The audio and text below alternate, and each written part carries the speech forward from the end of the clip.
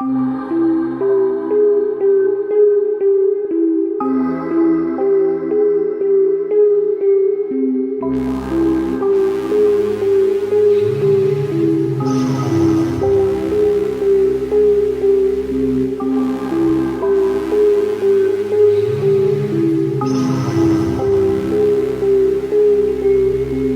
and welcome to Journey Through Sci-Fi. My name is Matt. And my name is James. And this week on our journey through virtual reality, we are looking at films that use virtual reality technology to explore the world of dreams. Yes, this week we are getting into the dreamscape. We're getting all dreamy on you guys.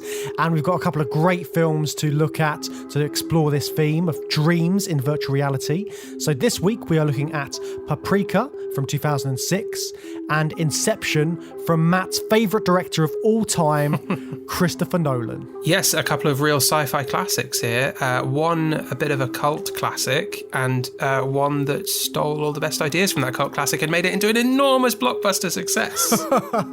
Not that Christopher Nolan has directly said that, but yeah, we'll get into that. We'll dive into all of this stuff as the episode goes on. So shall we kick things off with Paprika then? Yes, let's get started.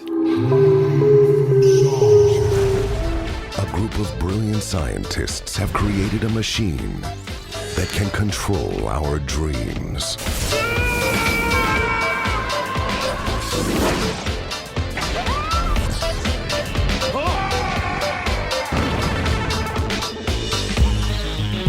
But now, the device is missing.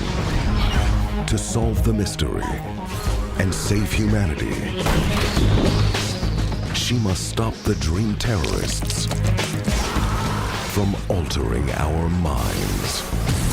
So Paprika is a surrealist anime film directed by Satoshi Kon from 2006. Are you familiar with Satoshi Kon's career prior to Paprika? He sadly died after this, so this was his last completed film. But he left a bit of a legacy, didn't he? Yeah, this was his last feature film, but he did, like you said, he left such a legacy of great films behind him. Like Perfect Blue came out in 97. That was like another one which has... So you mentioned about Christopher Nolan potentially of taking some ideas from this film into Inception. Perfect Blue, a lot of Black Swan and Aronofsky stuff has sort of borrowed from that particular film as well. So that kind of goes to show how influential Satoshi Kon was. Just the fact that you've got all these American mainstream directors taking ideas from him and putting them into their live action films. But I mean, like I said, Satoshi Kon has so many great films. So the other ones he did was like Millennium Actress, Tokyo Godfathers. I think those are his main. That's his main collection. But all of them, they've got really like great, strong female characters, and they explore things like identity and just the way he does his edits is just fascinating, because obviously the medium of animation is so much more free than a lot of live action cinema. The way he cuts stuff together is really interesting. Had you heard much about Satoshi Kon before this episode? I've seen Paprika before, and I've been racking my brain to figure out if I've seen Perfect Blue. I think I have. It's about an actress who she's sort of having a bit of a nervous breakdown throughout the course of the film, right? And has she got like a doppelganger, or she's imagining a doppelganger? Something like that. Yeah, I don't want to say too much about it if anyone who's listening hasn't seen it yet. Fair enough. But definitely recommend that one as well. If you watch Paprika and you want sort of more stuff from Satoshi Kon, Perfect Blue would be the next stop, I reckon. I really wanted to get a copy of Perfect Blue as soon as I finished Paprika, because I vaguely remember it, or I might have seen a trailer, and I really enjoyed Paprika, so I really wanted to get stuck into more from it. And such a shame that he passed away as well, quite young. Yeah, he wasn't old at all, really, was he? And I think that he was working on the film that the detective character goes to see at the end of Paprika, because I think it might have had a name change or something, but he's told to go and see Dreaming Kids. And Satoshi Kon's next film was going to be called Dreaming Machine. So I was wondering if it was the same thing, because the other posters that at the cinema are like Tokyo Godfather, Millennium Actress. So I assumed he was doing just a little promo joke for his next film. Yeah, because he's kind of like dreaming of his next film in the midst of making this. But yeah, it's such a shame that film didn't get made because if you look it up online, you can see sort of stills of what it would have looked like potentially. There's a few sort of like characters in there. Again, it looks really surreal, but it's one of those films which we can only imagine because we're never going to see the finished product. It's gone now. But again, that's like a dream, isn't it? You have it 1 minute, you're in this sort of like crazy world, and then like that, you wake up and half the time you don't remember it. Yeah, and it's not uncommon for films to be discussed in terms of being the dream of the director and being their artistic vision put onto the screen and using kind of dream language to make that connection between the vision that they've had and what they want to put on screen. I've never directed a feature-length film, so I don't know how accurate that is and how kind of, I don't know, self-indulgent it is to sort of talk like that. But it's common, isn't it? And Con's doing a lot of that in this film. He brings in characters that are former filmmakers, obsessed with film, have a weird relationship with cinema, and it's tied up with some trauma for them, and all of that plays into this film as well, doesn't it? Yeah, there's a lots of sort of like film references, and the fact that like you said, one of the characters, the detective Kogawa Toshimi, he is sort of like reliving his dreams, and he's watching them as if he's in a cinema at certain points as well, which again is sort of like this being a film, and it's being very meta about it, isn't it? It's like you're watching a film and he's dreaming about being in a film, and he's sort of talking about the short film that he made. It's all very reflective, and you've got characters which are kind of like playing parts as if they were actors in their dream worlds and things like that. And I think we're going to see this again in Inception, but this idea of sort of dreams and the dream of a director, it all sort of like mixes in with this idea, doesn't it? Yeah, and I don't think it's the craziest idea. Certainly not my experience of my own dreams. They're very personal things, so I don't know what's common and what's not, and I might be about to reveal that I've got a weird way of dreaming. But the idea of like being a character or being an actor in the story of your dream is something that I relate to, in the way that, you know, my dreams will have some kind of storyline that I intuitively understand, and I can sometimes feel that I'm just sort of playing the role of the story without being aware that I'm in a dream, and that's kind of the best way I can describe it. But I don't know, do you get that? Is that common? Yeah, because you kind of like, you're playing out a role, aren't you, sometimes in your dreams, and that's why it's so sort of similar to virtual reality and what we've been talking about throughout the series, this idea of like creating a character and then playing as that character and then living out your fantasies. Dreams are like your subconscious fantasies and longings and all this kind of stuff. And there's such a connection between those two worlds, like the idea of like making something virtually and dreaming something up, and the whole sort of like creation aspect. So there's one thing which I found whilst doing the research for this episode. So this film kind of has such a connection with dreams and creating like a virtual reality so you can view those dreams. There was this article which I came across, and basically what it was saying is they did this series of studies, and they were using virtual reality to see if, after using sort of like VR technology and like headsets and stuff, you were able to have more lucid dreams afterwards. So have you ever heard about this experiment at all, Matt? Am I going to go off on a massive tangent and open your eyes to it? Yeah, tell me more. I am interested. Good. I'm glad you're still with me, though. So basically, in this trial, they had 39 participants in 3 different groups, and they were each training in different ways to sort of like, because there's lots of things you can do to sort of like train your brain to dream in certain ways, like you were saying before, like you dream in a certain way. There's things you can do apparently which can sort of like give you a different experience of your dreams. So the main thing this test was doing was, so these participants were in virtual reality groups, and they were doing training activities, and during these sort of like VR moments, they had to do reality checks. So because when you're playing a game, you know you're playing a game, don't you? You know it's not real. Sure. So they were doing these things where they would do that, and then they had to sort of tell themselves, look, this is virtual reality, it's not real. It's like a dream. It's fake. So what this was all leading up to is when they started dreaming, they were reality checking themselves so that they would sort of know they were in a dream so they could remember it more. In the VR or in the dream? Wait, in the dream. You lost me. Yeah. Right, okay. Why do they need VR to teach them how to do that? Well, it's something about, we've talked about VR before in terms of like, if you put like a Oculus headset on, you get dizzy or you feel a bit because it's not quite real. So it's just that knowing that you're in a fake place, you're not in reality, kind of does something to your brain so that when you're dreaming, if you're still kind of like reality checking yourself, sometimes you can be in a really vivid dream, but you reality check yourself in the dream and then become aware of it more so that you can sort of remember more parts of the dream and you can experience it in a more lucid way. When most of us dream, our thoughts and actions are involuntary. The dream plays out as if we were watching a movie. But not all dreams are the same. There is another kind of dreaming called lucid dreaming, which is more like playing a video game than watching a movie.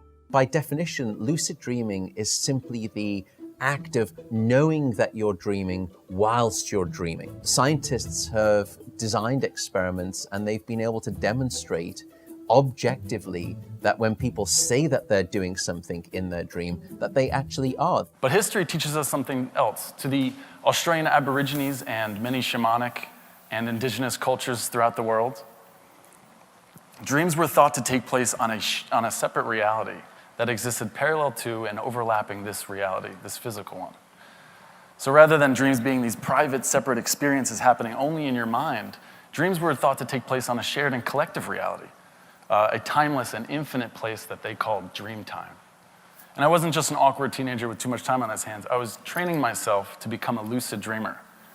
And the idea was simple. If I continuously asked myself in my waking state, am I dreaming? That same habit will carry over into my dreams. Soon I'll find myself dreaming, and I'll ask myself, am I dreaming? Yes, I am. The first time, or one of the first times it happened, I remember I was standing in my room and it was dark, and I remember standing up and I was like, did I get up to go to the bathroom? And I couldn't remember, so I just tested. I was like, maybe I'm dreaming. And I jumped up and I floated to the ceiling and my hands went through the roof. Jackpot. I was in, I thought. Have you ever tried to lucid dream? No, but I'm really, really interested in doing it now after sort of reading all this stuff up about it. Right.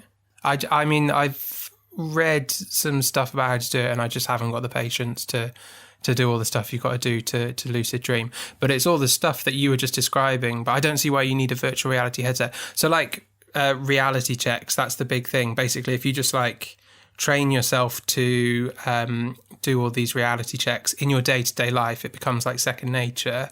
And then you start to do them in your dreams and then the reality check will show you that you're not in the real world, you're in a dream. And then you've got to kind of like intercept that moment and be like, if you become aware you're in a dream, then you are able to take control of your dream and you're having a lucid dream.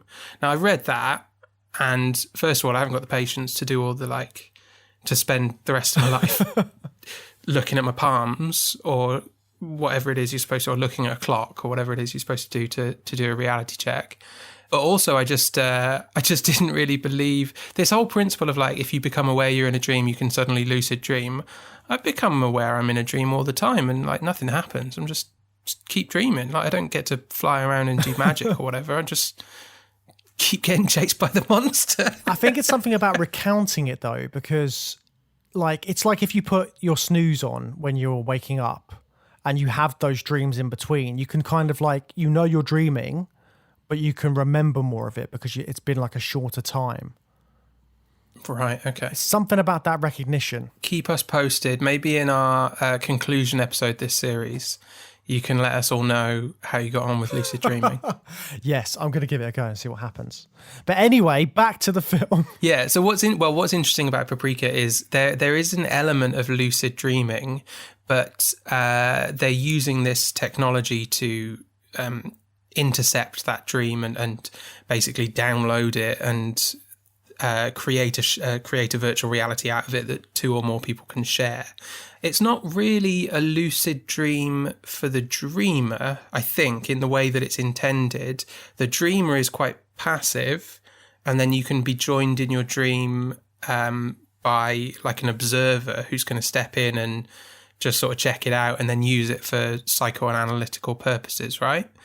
It's not quite lucid dreaming because no one's taking control of their dreams. It's more observational. Is that the right interpretation of what they're doing in Paprika? Well, the therapist is kind of like lucid dreaming because they've got more control over where they're going, though, haven't they? Because they're still in a dream state, but they are experiencing someone else's dream. Yes, and Paprika in particular is a certain type of lucid dreamer. She's got basically superpowers in the dream world. She's very she's like a sprite who can just do what she wants, really, and she's got complete control. So she's like a lucid dreamer, except even that's slightly more complicated because Paprika is not real. She's an alter ego who doesn't really exist in the real world. But yeah, she's the lucid dreamer, and the person whose dream it is just kind of gets to observe and be passive as their dream happens as normal. And Paprika is such a fascinating character and concept at the same time, isn't she? Because the intro sequence where you see her for the first time is just like such an amazing piece of art and cinema when she's jumping around into different dreams. And there's a moment where she jumps into someone's t-shirt and then jumps back out. All of this. You mean the opening credits? Yeah, the opening credits. All of that. And even before that, when you see the detective's dream and the edits that they do in there are so quick. So 1 minute, and they're like match on action edits. So 1 minute she's in a circus with the detective, and then something happens, and then suddenly they're in a different place. And it's so effortless and smooth. And there is something about that editing which made me think about things like Slaughterhouse-5 and La Jetée, which is interesting because apparently Satoshi Kon cited Slaughterhouse-5 as one of his early Western influences. So a lot of the editing in this film is kind of like you've got the match-on editing and then you've got the graphic editing. And you see both of those in Slaughterhouse-5. So the graphic editing is like when the background kind of changes around them. And what's match on? Match on is like, so they open a door and suddenly they're in a different place. Or like it's they do a movement and then that movement transfers them into a different spot. It's all this kind of stuff. Like naturalistic editing almost, as in a character walks from one room to another, but the cut as they enter the second room is actually taking them into a completely different location. Yeah, exactly. But with this, because it's so fluid and the animation is able to go at such a pace, he can do it quicker than you would be able to do it if it was live action. So the movements, because of the movements you can do in animation, you can get more frames in quicker and they're still recognizable. Whereas if you try to do it in a live action film, you don't quite get that seamless finish. Which is all sort of like all of this stuff that he's doing with the editing really sort of makes this dreamscape believable, that Paprika and like whoever the person is sharing the dream, it becomes really realistic. Even though you're watching an animated film, it just makes it seem more sort of like believable, this surreal dreamscape. Yeah, it's using very conventional cinematic language to tell the visual story, which gets you into things quite quickly. What I thought was very interesting was they're doing all of that so that you immediately know you're watching a dream for those reasons, you know. But it then, like, before we get that great credit sequence where she's just sort of like floating through the city and jumping into people's t-shirt designs and stuff, there's a very naturalistic scene in the hotel room that actually indicates that Paprika is a real person with a physical body, and it feels like we've stepped out of the dream because the dream has been so surrealistic and so artistically produced with all the editing that it just seems like, oh, well now we must be awake because it's just a very naturalistic setting and they're talking about the dreams and the device. But that's a bit of a red herring, isn't it? Because I assume that's some sort of virtual reality, maybe online, but he hasn't received the Radio Club card from her yet. So it's not really explained how they're interacting at that point. And then she just goes off and has this, like, you know, magical opening credits that are great. And you have to get from there and just sort of accept that, like, I don't think I'm watching a film about a woman with magical powers, but I know it's about dreams. So you kind of learn more about Paprika in that way. But none of it is handed to you on a plate, I guess is what I'm saying. I mean, equally, that would fit in a film about a woman with magical powers, wouldn't it? But you're right. It kind of like, it doesn't tell you what's going on for a long time, and all of the different things that are happening as it goes make it more and more complicated and more sort of like hard to follow until you kind of like can piece together the pieces. Like, you don't know that Paprika is really Dr. Asuko. Like, you don't have any concept of that at the beginning. You think she's stolen this technology. So we should probably talk about the technology itself as well then, shouldn't we? So Sure. It's something called the DC Mini. So we've already mentioned that it's a therapeutic device. How does it work, and how does it like look in terms of like a virtual reality headset? So it records the character's dreams and lets them watch them back after the fact, like a video. But it's also allowing them to share that dream in real time. So when you're wearing a DC Mini and I'm wearing a DC Mini, you go to sleep and then I will appear in your dream and be fully conscious and be myself, and we'll both experience the same inner reality of your dream. And our time in the dream will be recorded and logged, and then we'll talk about all your problems after that. But the DC Mini is a specific evolution of these psychotherapy machines, and I think it's just making it more compact and more mobile. I think the psychotherapy machines do the exact same thing, but you have to be like strapped into a big bed in a laboratory. The DC Mini is just going to allow everyone in the world who can get their hands on a DC Mini to experience this and benefit from the therapy that they're offering with their psychotherapy machines. Is that the right take? None of that's explained very clearly. It's very quick when they go through all that kind of stuff. But you're right, and I found this like a really fascinating concept, the idea that we've kind of seen it before. We saw it in The Cell. So they were using a very similar sort of like therapeutic device to get into people's subconscious to try and get them out of a catatonic state. But in this, they're looking at the root of their sort of like mental problems. It could be anxiety or depression. They look at their dreams to try and find a solution to those problems. I actually found this more realistic, to be fair, than The Cell, because this is just using literal dreams. Everybody has dreams. Most people have dreams, and this technology is just supposing that we can record them and interact with them. Whereas The Cell was more like, it was dream-like, but it was an inner psychological landscape that the technology allowed you to access, which was a bit more of a loose concept, right? This is just talking about actual dreams. Everyone knows what a dream is, and this technology is going to allow us to interact with it. So it felt more like a realistic sci-fi concept to me. And further to that, you know, therapy based on dreams is a very old concept, isn't it? That's what Freud did, wasn't it? He was all about your dreams. And I don't know how seriously all that's taken these days in psychotherapy, but it all just felt like it was based on real world things. It felt very near future sci-fi. This little device is called the DC Mini. It's the scientific key that allows us to open the door to our dreams.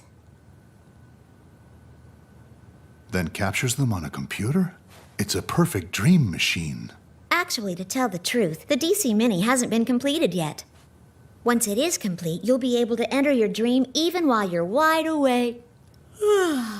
But then, of course, on top of that, Satoshi Kon is heaping huge amounts of surreal imagery. He's got full artistic license to do that because it's a film about dreams. And that's he's drawing on Salvador Dali, Louis Buñuel, all of that kind of dream world surrealism. You can just go crazy with it. And he does go completely crazy with it. The main imagery is the parade, isn't it? What was going on with the big crazy parade? The parade is just brilliant.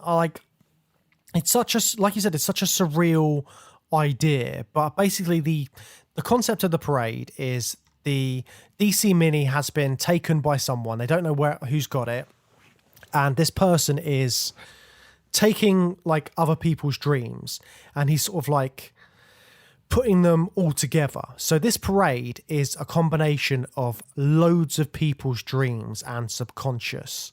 So you've got... But not just their dreams, but them as well. The dreamers of those dreams. She, the bad guy, is kind of kidnapping these people and using their dreams as the prison, right? Am I getting this right? Yeah, that's what it seems like, doesn't it? Because you see moments where different characters become their sort of dream selves, and then they just start joining this parade. Like the first time you see the parade is an amazing moment. So you've got one of the scientists, Shima, the chief. So he's like, there's a moment right at the beginning where you think he's having a bit of a breakdown. His speech suddenly changes, and you can't work out what he's saying, and then he jumps through a window. And then that's cut straight to this parade. And at that point, you're like, what the hell's going on? But then they cut back later on to show you that he jumped out of that window because he was like experiencing this dream. He was part of the parade. And the parade is just sort of like this crazy, chaotic mix of all these people's dream identities together, dancing to the same rhythm. But then all of the characters move at a slightly different like pace, don't they? But it just makes it such a crazy image, just all of these subconscious identities like together in this weird dream virtual world. Yeah, it's like it's a giant amalgamation of just a seemingly unlimited number of people's dreams, but then the power of that amalgamation becomes irresistible to the people who get trapped in it, and you lose your own individuality as you get sucked up into the parade. But that is represented by this crazy just mix match of imagery. We've got like geishas and giant ducks and robots and little dolls, all just sort of swarming together like a giant slug, like a giant worm, moving as one. And it's got that marching band music the whole time, which is kind of like eerie, yet there's just something about it which is quite disturbing, just with all of these images together. Like, if you've seen Spirited Away, like there's the character in that who turns up and then has dinner with them. It's kind of this eerie, uncanny, you don't quite know what to make of these creatures in the parade. Yes, and it's got a similar tone to that scene in Spirited Away, where it's unsettling and odd, but you can't quite put your finger on the exact thing that's threatening about the situation. Like these dreams, this dream parade is so colourful and, exuberant, and the music, the song that they all sing is quite a cheery song. It's just this menacing feeling of moving towards something unseen and swallowing up everything in its path, which is exactly what No Face does in Spirited Away as well. Just swallowing everything up. That feeling is terrifying as it exponentially grows. But you don't realise at first because it can start small and seem harmless. Yeah, and because you don't know what's happening to the characters at this point, you don't know why Shima's gone crazy. You don't know what's happening. You've just got this march, this procession that is just making its way into the real world as well, which is sort of like where the real jeopardy comes in, because the dream world and the real world start to mesh, and then you can't quite keep track of stuff. So like all of these fantasy elements suddenly become part of the real world. Through the whole film, yeah, that's the other kind of very surrealist thing that he does with the film, is that everything just blurs and blurs and blurs and continues to blur. There is no clear division between what's real and what's not. And that's not explained particularly well, but it seems very deliberately unexplained that everything would just start to blur because, you know, most of the characters wouldn't have had an interaction with the DC Mini, I think. I'm not sure. But it doesn't matter. The dream world is getting out of control and it's taking over everything. They need to really analyze all the livers of the Triangle Goose Party. This whole festival was put together by 23rd graders with lots of chutzpah and one panda. You see? Now I am truly grand, the ultimate one! Chief! Shine! Shine! Take me now! And this procession made me think about Ready Player One as well. So there's a moment in Ready Player One where they have like this big battle and everyone's got different avatars and you see all these different characters and things like that. And it's this big sort of like cataclysmic event of all of these people battling it out. And you kind of get that craziness with this in the parade as well. And Summer Wars as well, which is another film we're going to look at. That's kind of got the lots of different avatars. And it's just this seeing so many people which have such different identities and looks to what you'd expect them to be like, put together in this big group. There's something really sort of special about that. And also like eerie and uncanny. Because they're losing that uniqueness. They have such a unique and distinct visual identity in their dream avatar, but the parade is swallowing all of that up and making it into an uncanny whole where they've lost that sense of uniqueness while still looking unique, like a toy robot with Takita's face, sorry. Yeah, I think, because Tokita's a really interesting one, isn't he? Because he is, like, his outward appearance, when you first see him, you're showing him in quite a negative light, aren't you? He's stuck in the lift, and you're like, who is this big guy who can't even get out of the lift? Is he going to be like a point of fun, comedy? Is he sort of like, is he a bad guy? You don't really know at that point, but he's seen as a negative presence in the film at the start because of like how he's introduced, and he's in charge of this DC Mini technology, which is dangerous from the looks of it. He's your typical big doofus, right? Yeah, and you sort of like, you do warm to him as he goes on, don't you? Because like at the start I was just like, who is this guy? But then by the end of it, you're kind of like, especially when you see him in his robot form, because you kind of see all the childlike elements that he has in his personality, and also like all the science stuff, because he's a robot. That's deliberate, isn't it? Because he's a scientist and he's into technology, but he's this big robot that doesn't quite have control of himself as well. So it's all this kind of stuff. But it's interesting, that's his dream identity. Whereas Dr. Chiba, she's Paprika, and then Paprika has all this like crazy confidence and can do all these crazy things in this sort of like dream world. So they've all got very distinct identities, which kind of contrast their real life appearances and sort of who they are. So Chiba is very much like a stern working woman. That's what she's like perceived to be. Yet she's got this fun, crazy side, which she lets out when she's Paprika. She's playing on some very typical anime tropes there, or rather the design of the character is, aren't they? Because Chiba is, very capable, very stern, very serious female lead who's rejecting, who doesn't like to be called cute names and stuff, and she doesn't want to be treated like that. That's a fairly common trope in anime, isn't it? They've all got there is a name for that, isn't it? Paprika's like a magical girl. That's a more common trope in anime. She's like, Sailor Moon, Cardcaptor Sakura. She is literally just a magical girl who just goes around. She's free as a bird, carefree, cheery, nice to everyone, and has a load of magical abilities.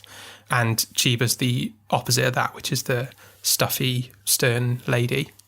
I just thought it was interesting that those both seemed like very typical anime tropes, and they'd put them on one character.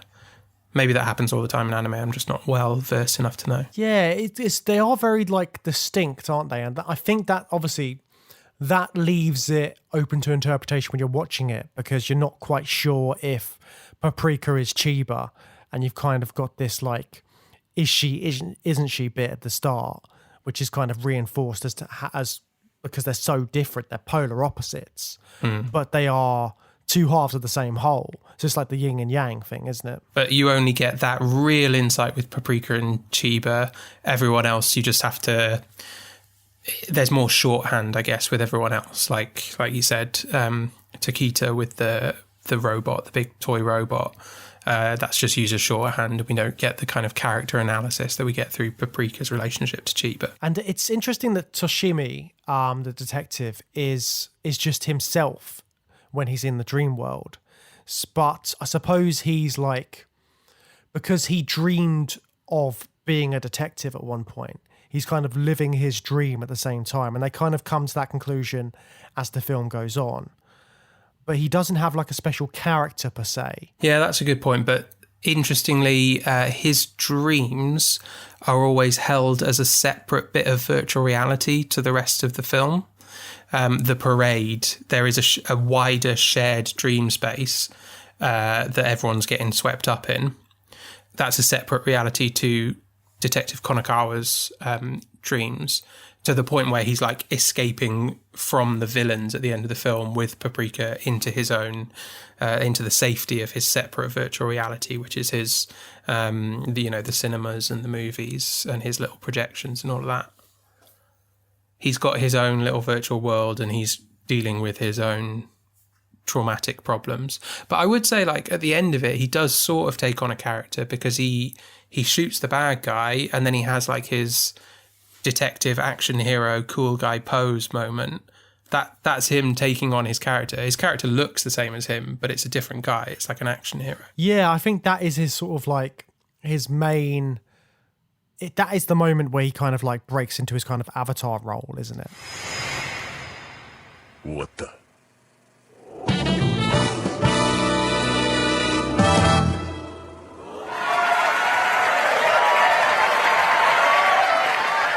So the main villain of the piece, Inui, Dr. Seijiro Inui, he's sort of like... I found him very interesting as well, because he doesn't really talk about his motives much, but it's clear that because he's in a wheelchair, when he's in the dream world, he can walk and he's got his like full control of his body. And that's part of the reason he's letting the dreams in, so he can have that power in the real world all the time. And he kind of gets hungry for it. So his sort of like use of the dreams is quite perverse, because he's taking over other people's dreams, but he's getting a power from it as well, isn't he? He's just becoming like a fairly generic overlord bad guy with ultimate power who wants to destroy the world. What I did wonder was, is Inui just like another victim of the parade? And the way it manifests for him is that he has these delusions of grandeur and he thinks he's going to take over the world. Because certainly towards the end of the film, where he's like a giant shadowy monster and he's revealing his plan, he's babbling nonsense. He's almost babbling nonsense. He sounded to me quite similar to the chief near the start of the film, when he has the breakdown and all the characters who get swept up in it and just start babbling nonsense. I was wondering if Inui was also supposed to be just another victim of the parade, and actually the villain was malfunctioning technology where too many dreams are being shared and there is no mastermind behind it all. But I don't know if that's too weird of a take that's not actually in the film. Yeah, that's an interesting take, because I personally just assumed that it was kind of his master plan, because he'd stolen the technology and that's what it was leading to. This is why he was doing it.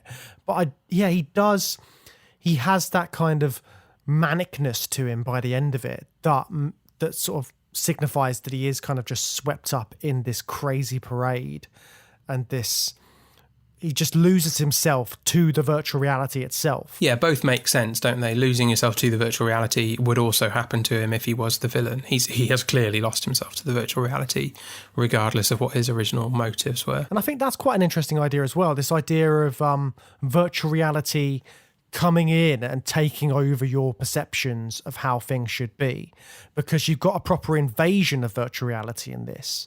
It's not like other films where people are trapped in it and they're trying to find a way out and they're trying to figure it out. It's properly coming into their world and taking over. Yeah, the dream logic allows, for the first time that we've seen this series, for the VR to really escape the VR and take over the real world. It reminds me a little bit maybe of like Total Recall, in the way that it was unclear the exact relationship between, you know, Quaid's experience of VR and how it was then shaping reality around him, or whether he was just in the VR.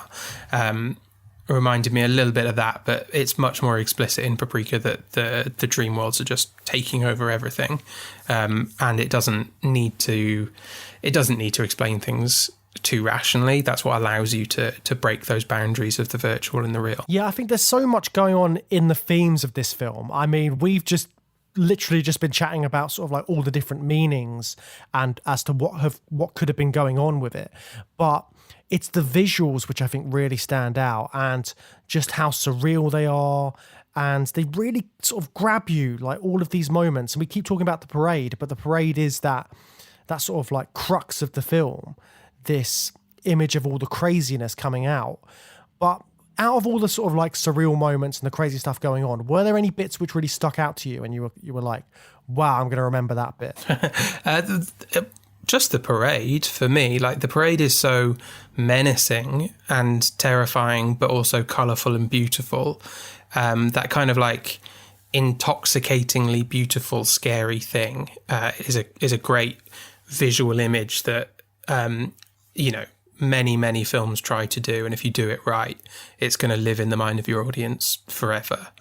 And I think they absolutely nail it in Paprika. What about you? What other little moments of surrealism are going to stick with you? Well, I really loved that, but I also really loved all the sort of like the crazy characters which Paprika sort of like turned into throughout the film. So like there's one bit where she's flying down from the sky and she turns into Monkey, the famous sort of like character from Japanese comics and stuff. So there was that moment, and also the weird dissection bit.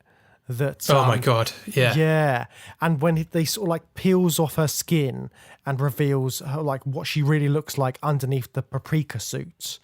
It's just bits like that which are just so vivid, and it's just something you couldn't really achieve in the same way in a live action film. Yeah, the sexual implications, the violence of it without anything graphic happening, the sheer discomfort of like seeing someone's hand go into someone. It's very Videodrome, and but then also just like moving up her body and all of it in service of a very relevant metaphor of just taking off someone's mask, basically, is what was happening in that scene, but done in a very disquieting way and very, very memorable. Yeah, amazing seeing that. And it's the fact that character, the other assistant guy, he is sort of showing his true colours in his sort of like avatar form as well. He is going all out and becoming full-on rapist, isn't he? Because in this dream world, he feels like he can do what he wants. And what he wants is Chiba or Paprika. That's who he's after. But he just completely violates her in that scene. And I think that moment was just like, it's done in a sort of like crazy fantasy way, but it's still really harrowing and it's still got that weight to it, which I think is one of the things which Satoshi Kon is so good at, because all of his stuff is talking about sort of like, it is the human psyche and like social problems and social anxieties and things like that. It's all of this stuff, but because he's done it in this animated form, you can watch it and you can still sort of like, you have to get that afterwards. Yeah, definitely. Very memorable stuff there and some incredible imagery. And I think he's he's gone all out to really just explore what you can do with a dream in cinema in a visual sense. Yeah, he's certainly done that. But there is another director who's tried his hand at making dreams come true in cinematic form. It's Matt's favourite, Christopher Nolan. Let's talk about Inception.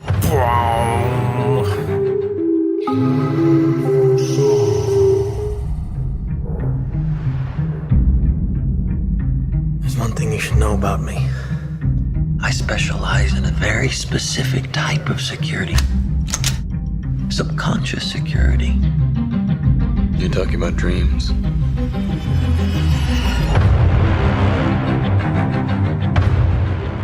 I'm very excited to talk to you about Inception, Matt.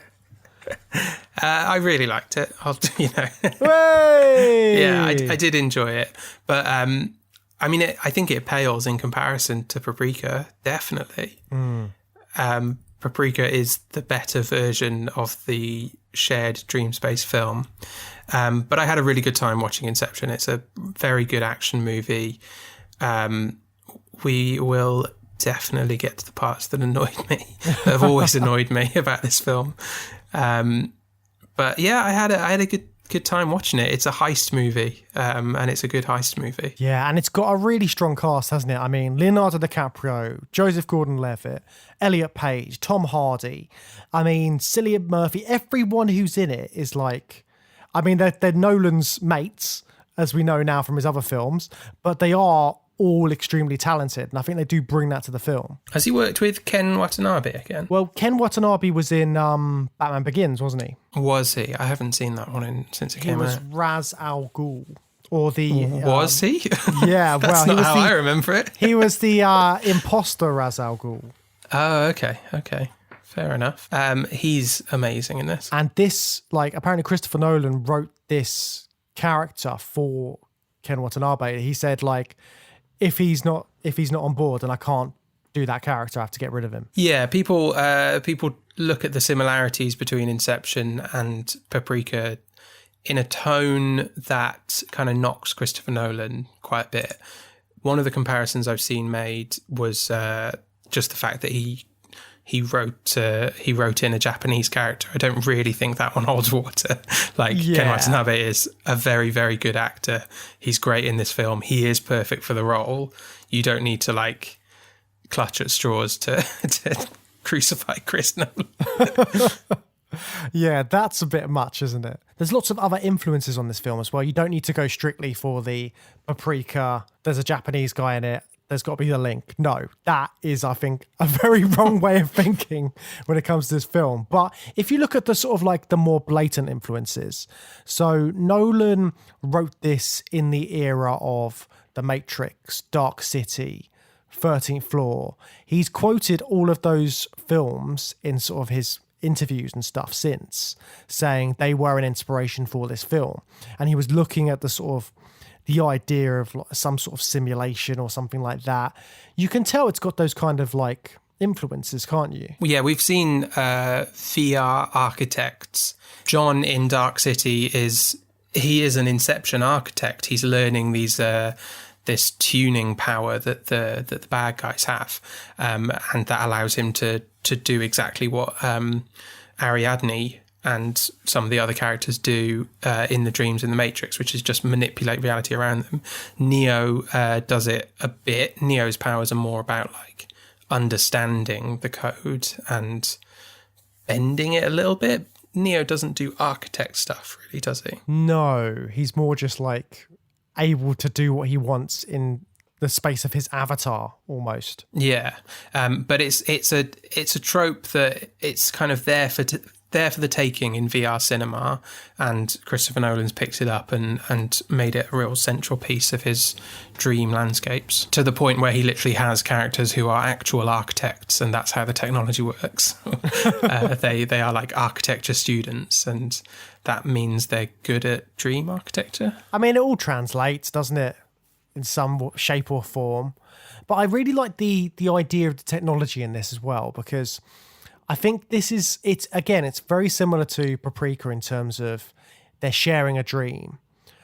But what did you think about sort of like how it works and its intended use. What was interesting in this and in Paprika as well, actually, was that in both of these films, we are introduced to a sci-fi technology and we are told what it's for and the intended purposes, and then we don't really see any of that in the film. Neither of these technologies are used in the films for their intended purposes.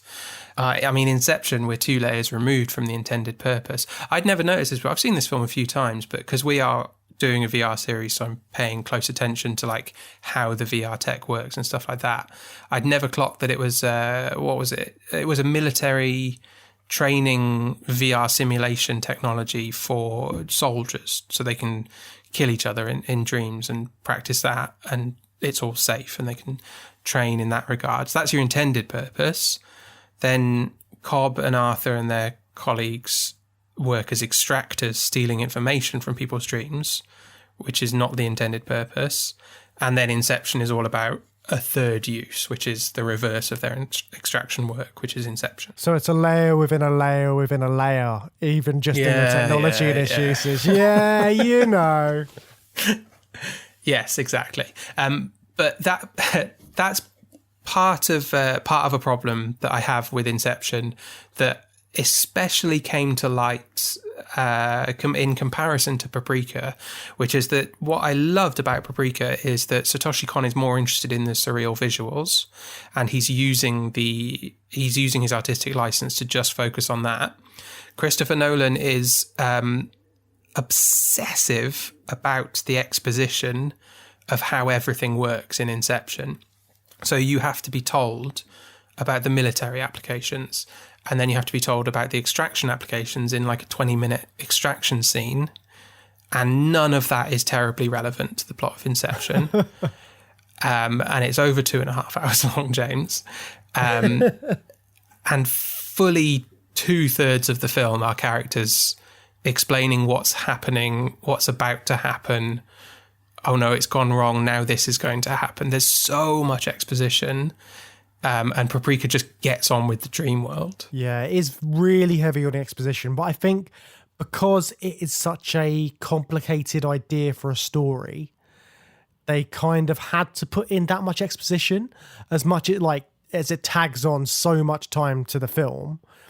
I think there's certain bits they could have cut out potentially, but he is trying to sort of, because if you look at a Western audience who's not familiar with these kind of like, with this idea of switching into a dream world and making it surreal, like any other sort of surreal film, like a David Lynch film is surreal as hell.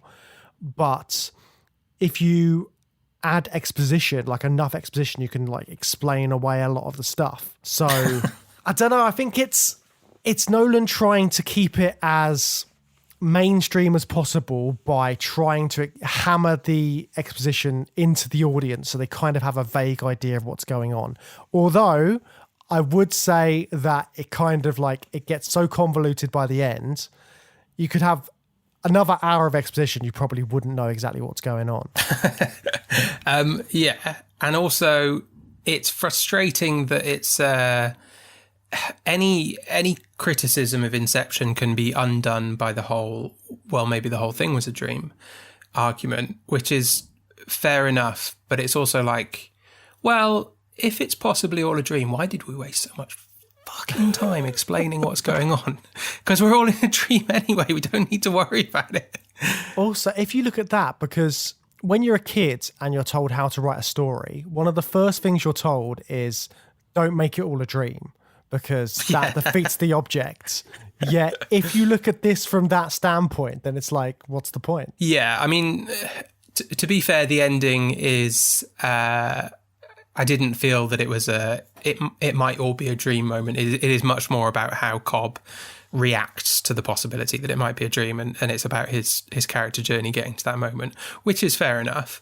But you're right, it is not great writing. But when you make a film about dreams, maybe you get a little bit more scope to play with that kind of ending. Yeah, I mean, that to the side, I think this film is still really, really good. Like, it's just the way that it explores this idea is clever, and the way that they set up the realities Because we've looked at lots of virtual reality films where you're kind of like, you're doubting the reality you're in. You're not sure if it's real or not.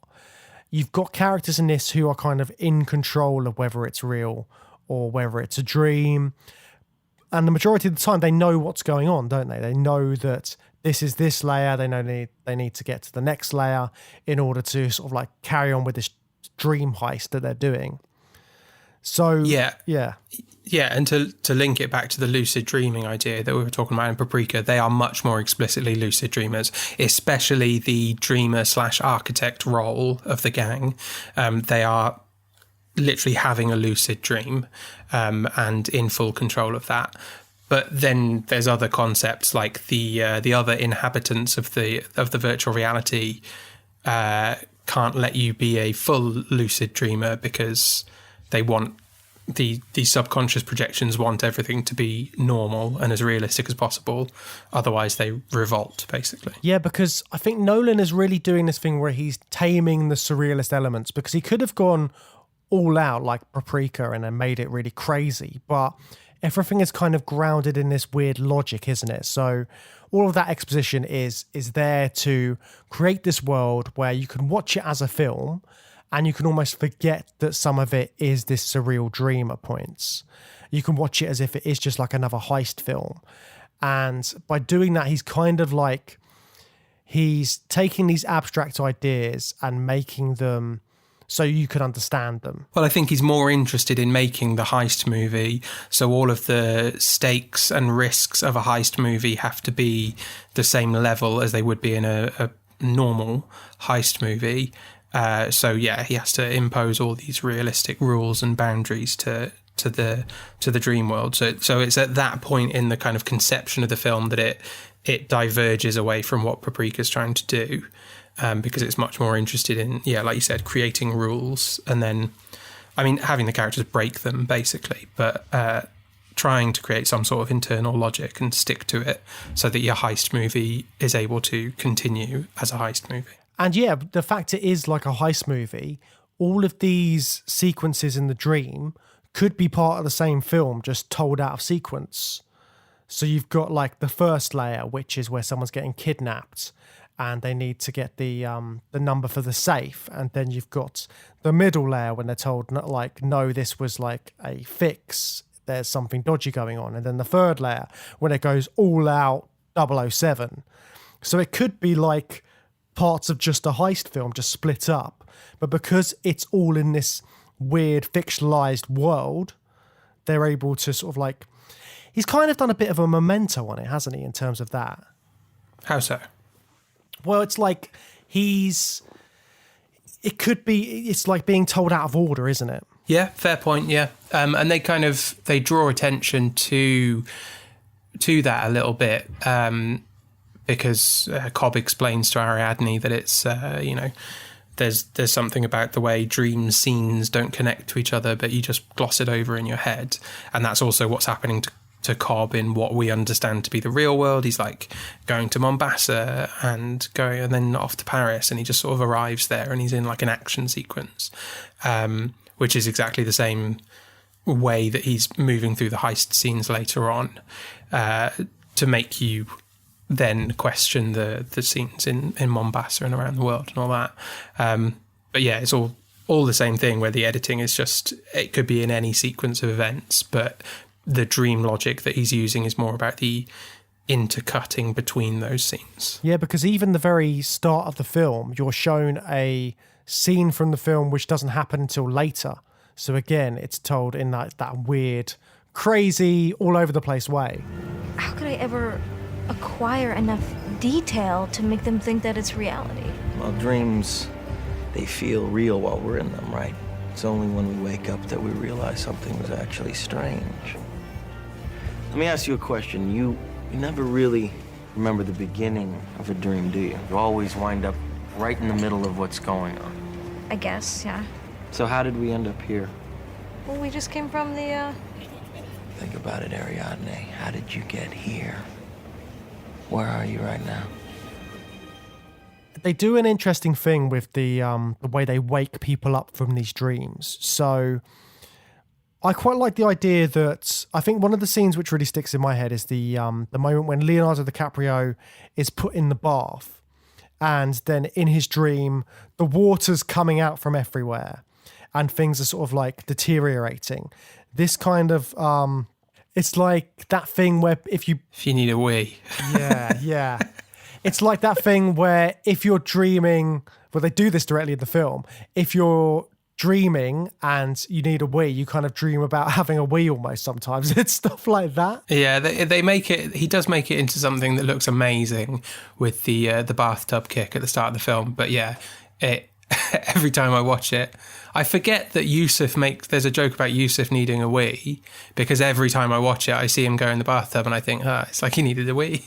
And when the water's like flooding into the Saito's building in the dream. Or like when you hear a loud noise or shouting and then suddenly you're dreaming about the shouting and you're making it fit into the world of your dream. Yeah. Which, makes it a less effective kick by the rules of the film, doesn't it? But I suppose that's the point. It's not, he hasn't pissed himself. He's been dunked in a whole tub of water. That's why it's a kick, not just piss.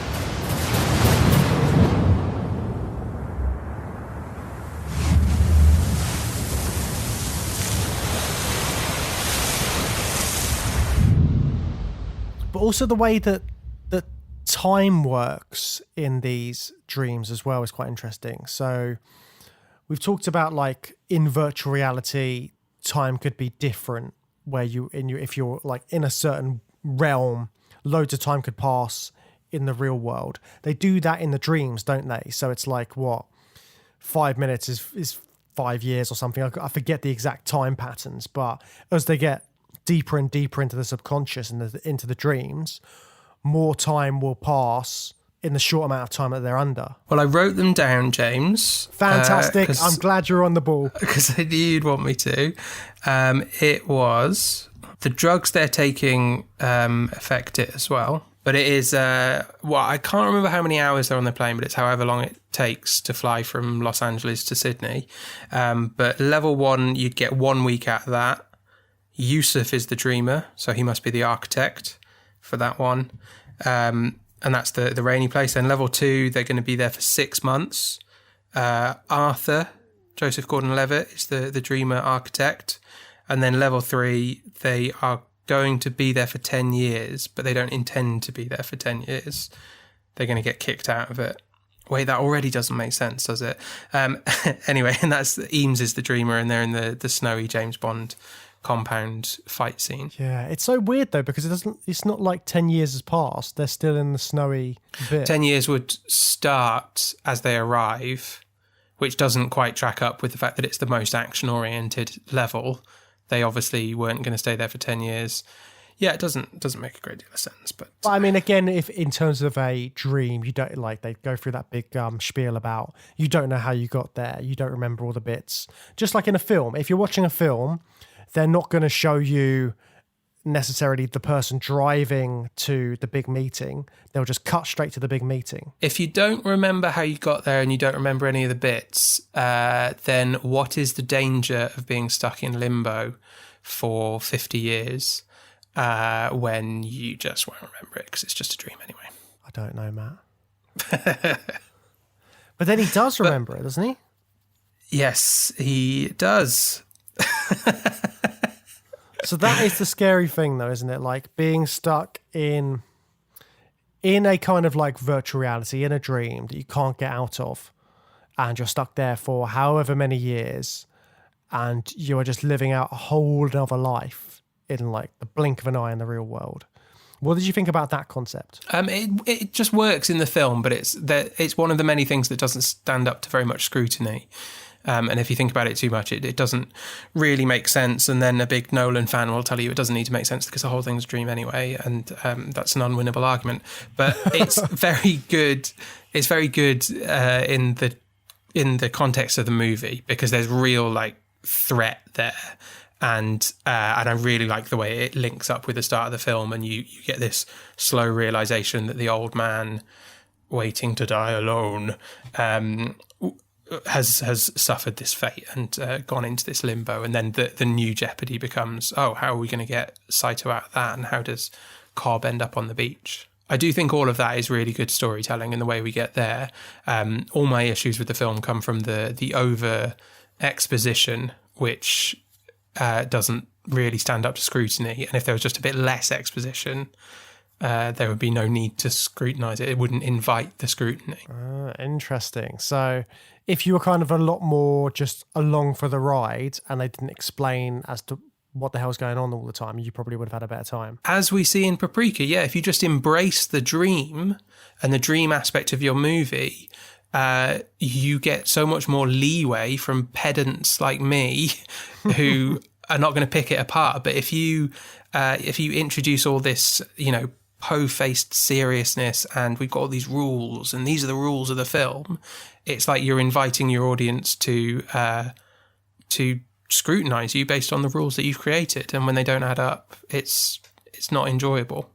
The thing that drives me insane, and I really want to talk about it, even though it does have stuff to do with virtual reality. It is relevant because it's to do with the relationship between the levels. So we talked about how time gets magnified, and because of that time getting magnified, we watch a van falling off a bridge for about 40 minutes. And we're told that because it's falling and Arthur is asleep in that van, he dreams a world of zero gravity because his body is falling. I don't think that totally makes sense, but I accept that that's what they're telling us is happening. But then Eames's body is floating around in zero gravity because Arthur is dreaming a world of zero gravity because he's falling. Why doesn't Eames dream a world of zero gravity because his body is floating around in the hotel? And therefore, why doesn't every level below Eames also have zero gravity? Every level from Joseph Gordon-Levitt down should be in zero gravity if Joseph Gordon-Levitt is in zero gravity. Do you get what I'm saying? Yeah. Or maybe because the time differentiation means that he's not at that zero gravity feeling yet. Well, he is, because it lasts up until the kick, and the kick is the water. So they're all falling, and Joseph Gordon-Levitt's experience of that is zero G, which I think is supposed to be Apollo 13, a plane falling simulates zero gravity. I don't think that would happen with a van falling off a bridge, but I do accept that that's fine. But yeah, it really bothers me that it's such an important plot point that, well, it's not that important. It's just an action sequence, really, for Joseph Gordon-Levitt. But they make such a big thing about this zero gravity because his body is in seemingly zero G. But Eames doesn't have the same experience.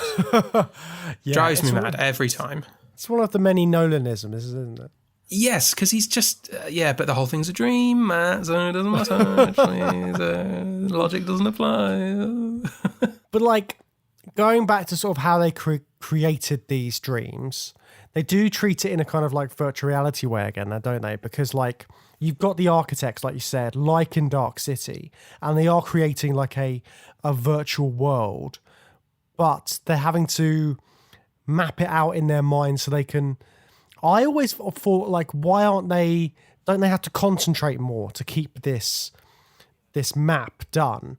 When Ariadne has made this world, is she not having to be right, I need to concentrate so I know where all the bits are? Or is it just flows? But I think they do. I think they are concentrating more. Or maybe not, I'm not sure. Because Ariadne's never the dreamer, is she? It's Eames and Arthur and Yusuf are the main dreamers. She's the architect. She designed all of them. This isn't for all the exposition. This isn't explained very well in the film. She spends all this time with her maps and her models. How does that then translate to Yusuf, Arthur, and Eames? Does she then show them the maps and then they dream it, or is she creating it? They must have to go into her dream to see what it's like. In the that just happens sessions. Off screen, right? Yeah. Okay, right. So in our things. in our 2.5 hours, we didn't have time to show the practice scenes. No, they're too busy trying to sort everything else out. Yeah, but she's an architecture student. She's a very good architecture student. I like this concept in the film, which is that a virtual reality playground would be just like such a treat for an architect, because you don't just get commissioned to build your one dream building. You get commissioned to build as many buildings as you would like and just go absolutely wild in a VR simulation. And I would assume that, that those sorts of things must be in use by real architecture students, right? Like, I'm picturing like SimCity, but more advanced, that software must exist now. We must be up to date. Like, if there are any architects listening to the show, I'd love to hear if you have like simulation technology at your hands, and you must want to go into like an Inception world, right? That's the next step for real world architects. As long as you're not upsetting their subconscious and then have them sort of rioting and coming to get you. Yeah, I imagine that in real life that would just, the equivalent of that would be if you try and fold a city in half in an architecture software, it just crashes the software, just can't handle it. That would be the equivalent of like, yeah. The spinny ball of death. Yeah, exactly. Yeah. As opposed to hundreds of people attacking you. Did you clock that if you die in the dream, you just wake up and you're fine? And it's actually used in the opening scene as it's an exit strategy. Cobb shoots Arthur in the head. Happy days for Arthur, he gets to go up a level. That's an inversion of a trope that we've been looking at the whole time in VR films, which is normally if you die in the dream, if you die in VR, there's peril and you will die in real life. Yeah, I did think about that, but then of course they make it into a Jeopardy thing, because they're like, oh no, because you've taken the trank, this will mean that you actually die, potentially. Yeah, they flip it back the other way, and then it goes back onto the VR trope, which is dying in the dream has real world peril. Yeah, but it's quite interesting sort of like having that as your escape card. Like, this is how you escape, you have to kill yourself. And that's like Open Your Eyes. Yes, and in the Animatrix as well. Kid's story in the Animatrix. Yeah, but obviously it's very dangerous going into that sort of territory where you're sort of saying, okay, to get out of the dream, you have to kill yourself. That's like, it's tricky territory to cover in any sort of film. But I think it handles it well, because that's the central issue with Cobb, is that he is constantly considering killing himself because he's never entirely sure if he's in the real world or not, and it happened to his wife. Maybe, or she just woke up. And I like the idea that Cobb's subconscious is bringing stuff with it every time he goes into one of these dream worlds. Like, he's always seeing his dead wife. Like, she'll creep in, or his kids will be there. And he has no control of this. He's like, because he's lived in that dream world for so long previously, because he got stuck in the loop or the purgatory bit, he's constantly just having to be on tenterhooks, just like, is there something around the corner that's going to get me? You think it was because of his experience in limbo, or the psychological damage of being in limbo that made him such a liability in that regard? Yeah, I think so, because like obviously he's built that entire world in his subconscious and he's lived there for so long in the dream world that some of that sort of is still there with him. That's kind of like the impression that I got anyway. I was wondering if there was always a bit of a danger that so the architect and the dreamer build this dream world, but then you've got like a mark, and the mark is populating it with his subconscious just like by default. I was wondering if there was always a risk that any person who goes into that dream might also start bringing elements of subconscious in, but they're all professionals and they know what's going on, so they suppress it and allow the mark to populate it. But basically Cobb is so fucked up in the head and basically not good at his job that his subconscious, he can't keep a lid on it. A train might run through your simulation because he's so psychologically damaged that he can't keep that stuff out. Like, I was wondering if there was, that maybe there's a risk that Arthur's going to do the same, but Arthur's a calm, collected professional, so no demons, no skeletons in his closet are going to come and burst into the dream. And I really like the idea of the totems that they've got as well, just so that they can figure out if they're still in the dream or not. But the thing is with Cobb, his totem was his wife's, wasn't it? So yeah, his totem's bullshit. Yeah, exactly. So it's kind of like, but I like that as a concept as well. Like this idea that there's something that you're the only person who knows how it feels, so no one else can recreate it in their dream. So if they were to have that in one of these dream worlds, they would instantly know, oh no, the weight's off slightly. Yes, it's another reality check. Going back to what we were saying about lucid dreaming, it's a much more elaborate cinematic example of a reality check, especially the spinning top. It is iconic and it creates a great ending for the film.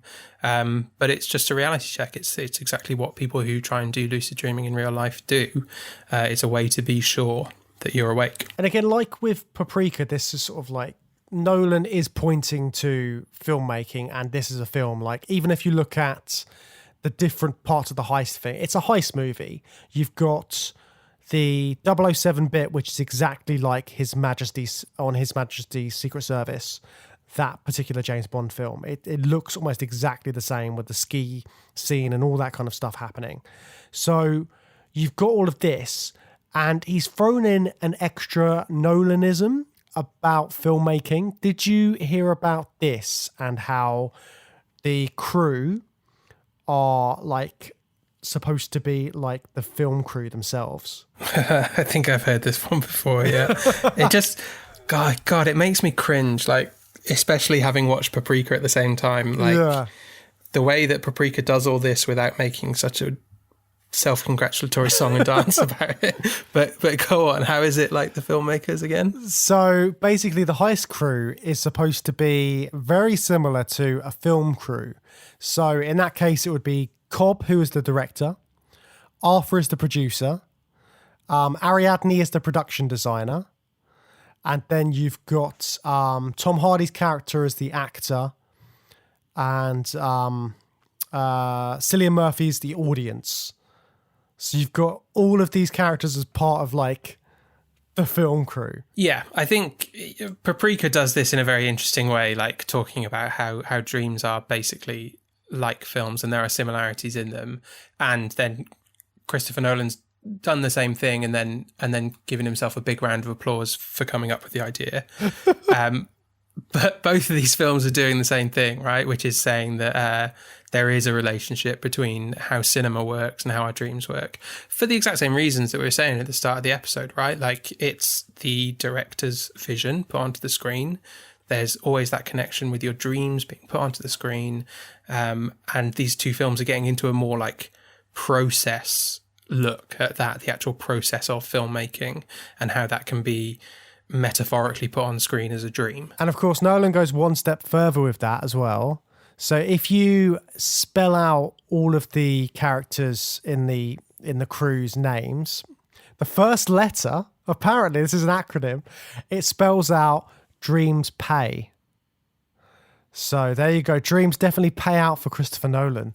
And dreams pay. Dreams pay. Who's D?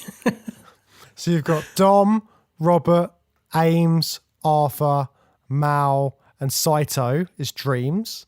Right, already some of them are first names and some of them are second names, but carry on. This is what somebody's put. And then you've got, if you add Peter, Ariadne, and Yusuf, then you get pay. Yeah, very good. Well, bravo, Nolan, you've done it again. Yes, Nolanism's all over the place. I thought you would enjoy that one. Hate that stuff. I absolutely hate that stuff. God, it's just so frustrating to try and enjoy this film. But I did manage it. I did enjoy it. I really enjoyed it. But I think some of because I'm not a massive heist movie fan, so I think some of the heist stuff just bored me a little bit. But oh, really? I did like that. I liked it when it was just like characters lying to each other, you know, to get something out of them, like, you know, Italian Job or Ocean's 11, that sort of thing. I thought that was all cool. And then weaving it into the simulated reality, I thought it was all done really well. Like the two things just sit alongside each other really nicely. But yeah, if you don't want to watch a heist film, you're going to have a bad time. But I did like the whole concept of Cobb having been in this world for for hundreds of years with his wife, and then having that sort of like subconscious element of those experiences with him, and just seeing his wife and all this kind of stuff, and just creating these crazy worlds and all of that. I really enjoyed all of that, and the surreal bits. So, which is probably why I love Paprika. But yeah, there's a lot to like about this film, but there's also a lot in there that may not necessarily need to be there. So what other like common VR tropes did you pick up on in the film that we've seen in some other films? So I think one of the ones which I found really interesting is the constant questioning of your reality, which is in every single virtual reality film pretty much. Like, you're not sure if you're in the real world.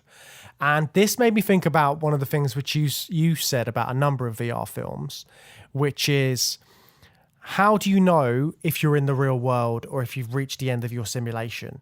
Which is one thing which I thought Nolan's got spot on to a degree, because you never quite know if it's a dream, whatever bit you're seeing. It could just be another layer of this simulation, this unreality.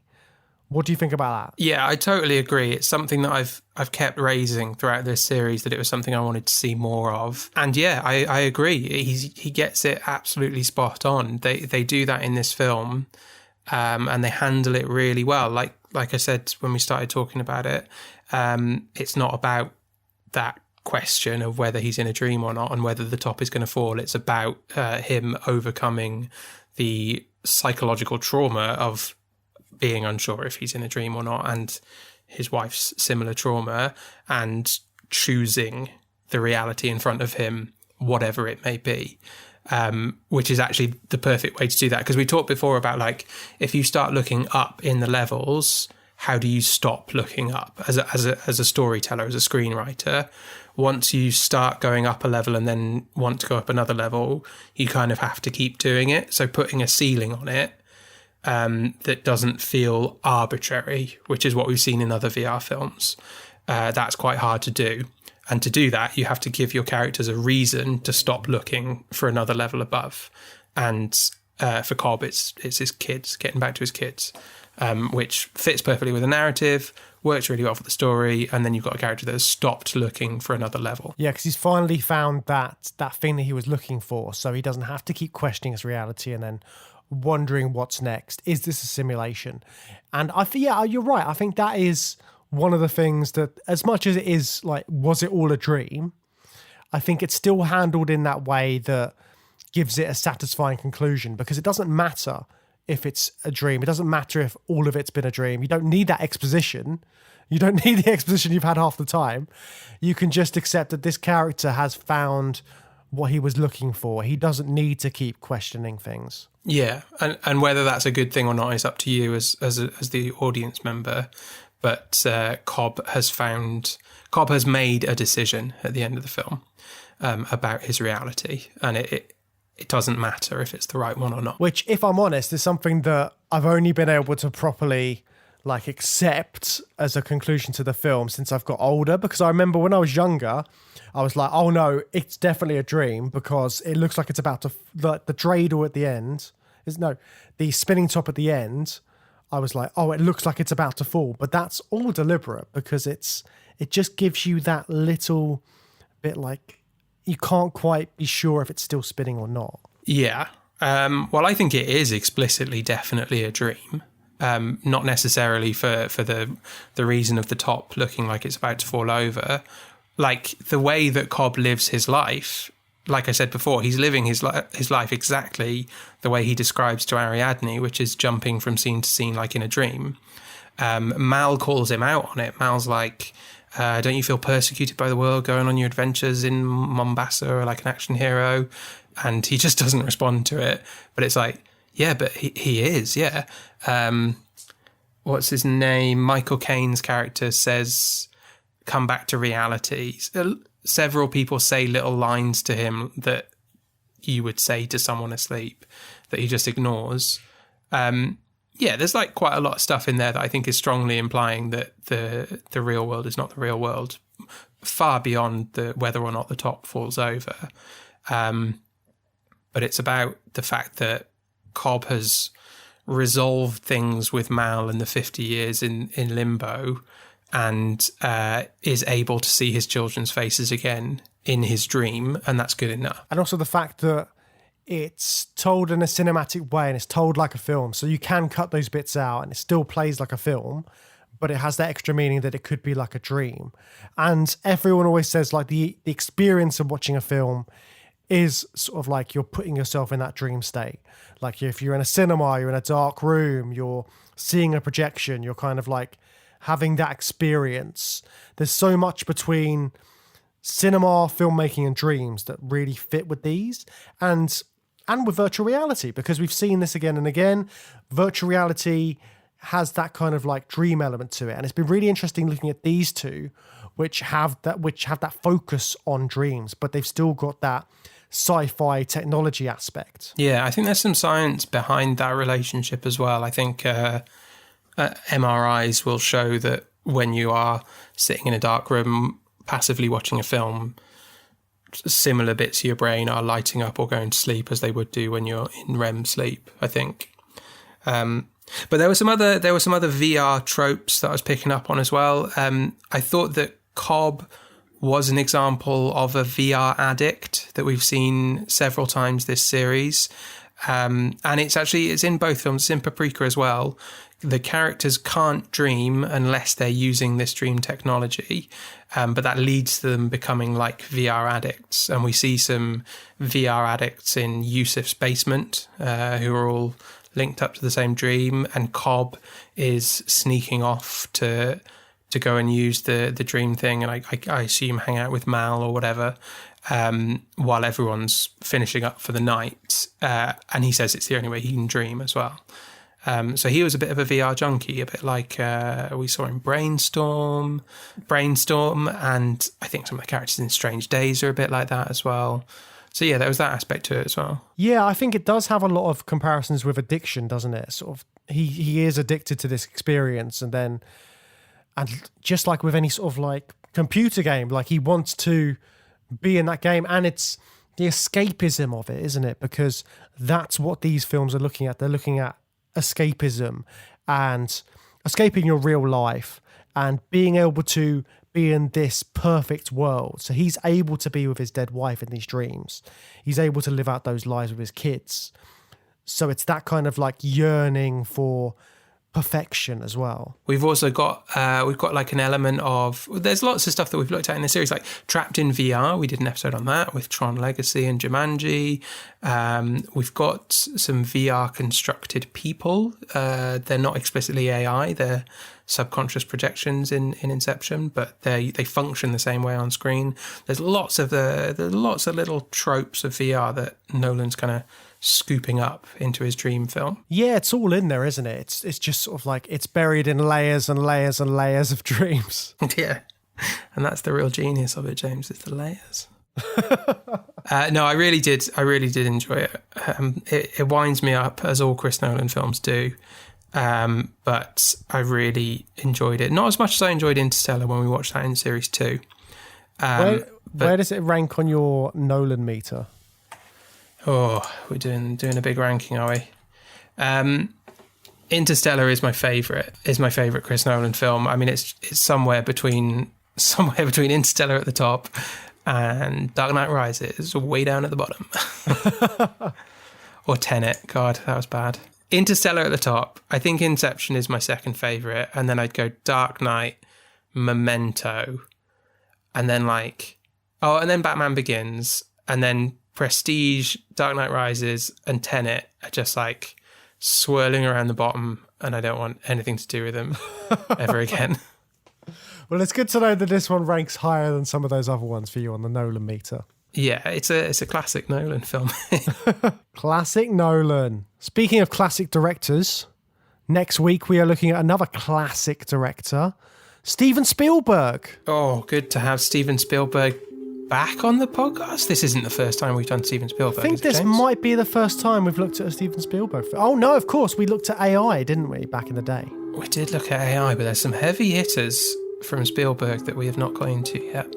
But in the meantime, we'll be checking out Ready Player One from Spielberg, which I haven't seen, so I've got no idea if it lives up to all those heavy hitters.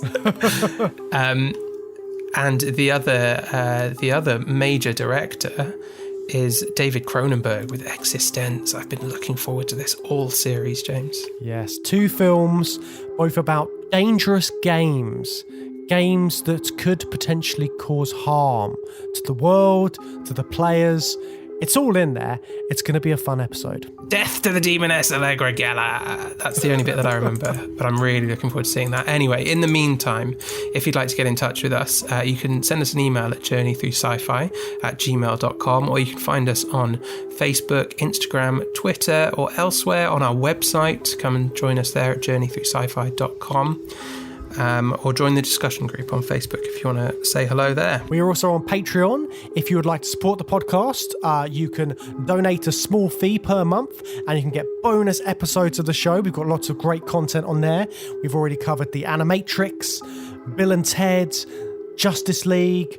There's lots of interesting, fun stuff going on there. So if you can spare the cash, why not join the Patreon? If you can't afford that, or you just don't want to do that, but you'd still like to support the show, you can leave us a review on iTunes or your podcasting app of choice. So if you want to do that and leave us a review and let me know why I'm wrong for not liking Inception and not understanding it, why I'm stupid, but please do put 5 stars as you do that and call me stupid. That would really help us out. Yes, please leave that review. I would love to see it on our feed. Thank you all for listening. We will see you next time.